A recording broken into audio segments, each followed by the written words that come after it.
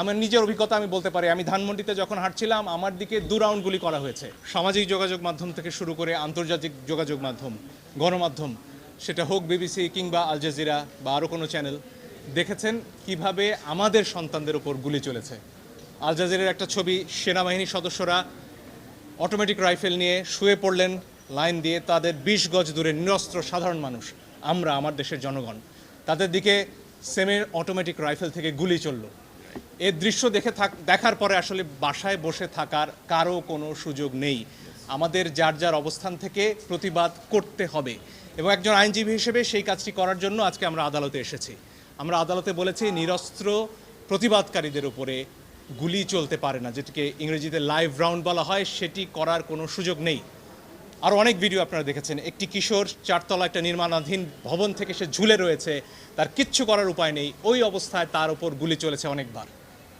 আপনারা দেখেছেন রিয়া গোপ তার বাবার কোলে গুলিবিদ্ধ হয়েছে, আরেক শিশু সে তার চোখ দিয়ে গুলি ঢুকেছে, মাথার পেছন দিক দিয়ে বেরিয়ে গেছে। জিজ্ঞেস করুন সে কোথায় ছিল? তার বাসায়, ঘরের ভেতর, জানালা দিয়ে বাইরে তাকিয়েছিল, এই তার অপরাধ। এই জন্য আমরা স্পষ্টভাবে বলেছি যারা আন্দোলনকারী তাদের উপরে লাইভ রাউন্ড অর্থাৎ গুলি ছোড়া চলবে না। আপনারা প্রয়োজনে টিয়ার শেল ছুড়ুন, লাঠিচার্জ করুন, রাবার বুলেটও ছুড়ুন, তাতেও বহু মানুষ অন্ধ হয়েছে হয়তো, সে খবর আপনারা দেখেছেন, এত কাছ থেকে রাবার বুলেট ছোড়া হয়েছে। ফলে এই বিষয়গুলো সামনে আসতে হবে। আমার নিজের অভিজ্ঞতা আমি বলতে পারি, আমি ধানমন্ডিতে যখন হাঁটছিলাম আমার দিকে 2 রাউন্ড গুলি করা হয়েছে। তাদের পোশাক পরনে ছিল না, আমি জানি না তারা কারা, পিস্তল থেকে গুলি হয়েছে, কারণ আমার হাতে ক্যামেরা ছিল, কোনো প্রমাণ তারা রাখবেন না, কিন্তু প্রমাণ ধ্বংস হয় না আজকের দুনিয়ায়, প্রমাণ পৌঁছে যায়। আরেকটি দাবি আমরা করেছি পরিষ্কারভাবে, ছাত্ররা সারা বাংলাদেশ থেকে আজকে বলেছেন যে 6 জনকে ডিবি অফিসে রাখা হয়েছে, তারা সেখানে বন্দী। তারা স্পষ্টতই ছাত্ররা বলেছেন কালকে ডিবি অফিস থেকে বা যেখান থেকেই হোক যে ভিডিও প্রকাশ করা হচ্ছে, সেই ভিডিওতে যে কথা বলা হয়েছে সেটি অস্ত্রের মুখে হয়েছে, ছাত্ররা সেটি বলেছেন।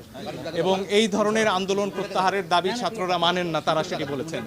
আইনজীবী হিসেবে আমার কথা হচ্ছে, যখন গোয়েন্দা প্রধান বলেন যে নিরাপত্তার প্রয়োজনে তাদেরকে তিনি নিয়ে এসেছেন এবং সেখানে তাদের খাওয়া দাওয়া করার ছবিও প্রচার করা হয়, তখন আমার কথা হচ্ছে হাসপাতাল থেকে একজন মানুষকে, একজন নাগরিককে কিভাবে তুলে নেওয়া হয়, কোন আইনে? আদালতে আমরা এই প্রশ্ন করেছি।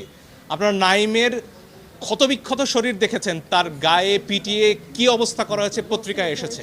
আমি জানি অনেক ইলেকট্রনিক গণমাধ্যম দেখাতে পারেননি সেটি, কিন্তু পত্রিকায় এসে ছবি আমরা দেখেছি। সেই নাহিদকে যখন নিয়ে যাওয়া হয় তখন এটা বিশ্বাস করার কোনো কারণ নেই যে তাকে সেখানে আপ্যায়ন করার জন্য নেওয়া হয়েছে।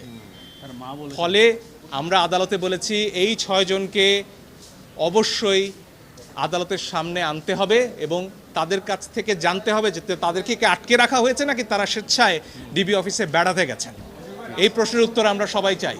আদালত সরকার পক্ষকেও শুনেছেন, সেখানে অ্যাডিশনাল অ্যাটর্নি জেনারেল ছিলেন এবং যদিও রুল ইস্যু হওয়ার আগে শোনা যায় কিনা সেটা নিয়ে হয়তো স্যার আপা বলবেন, কিন্তু আগামীকালকে এই বিষয়ে আদেশ দেবেন এবং কালকেও আসলে শুনানি করার এবং আমাদের তরফ থেকে প্রমাণ উপস্থাপনের সুযোগ আদালত দিচ্ছেন। ফলে এই দুটো দাবি নিয়ে আমরা গিয়েছি, এই 6 জনকে আদালতে উপস্থাপন করে তাদের কাছ থেকে জানতে হবে যে তারা স্বেচ্ছায় সেখানে আছেন কিনা, এবং নিরপরাধ নিরস্ত্র যারা বিক্ষোভকারী হন, আন্দোলনকারী হোক, তাদের উপরে লাইভ রাউন্ড গুলি ছোড়া যাবে না। অ্যাসল্ট রাইফেল দিয়ে ট্রিগার চেপে বসে থাকা